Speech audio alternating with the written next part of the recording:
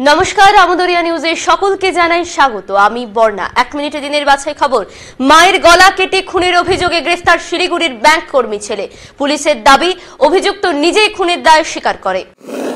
Facebook পরিচয় থেকে বিয়ে, কিন্তু 10 দিনের মাথায় ঝুলন্ত দেহ উদ্ধার মালদহের যুবকের। ঘটনার তদন্ত চলছে। নথি ছাড়াই স্ত্রীর সাথে বাংলাদেশে প্রবেশ, ফিরতেই ত্রিপুরার বিএসএফ পুলিশের গুলিতে আহত যুবক।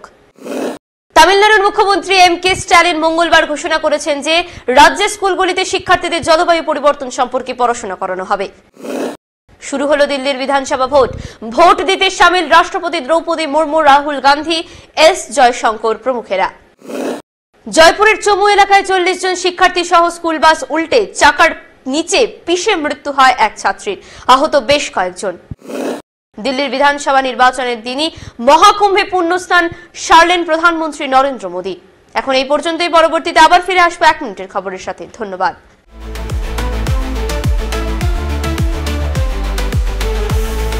Amudoria News, Voice of the Marginal.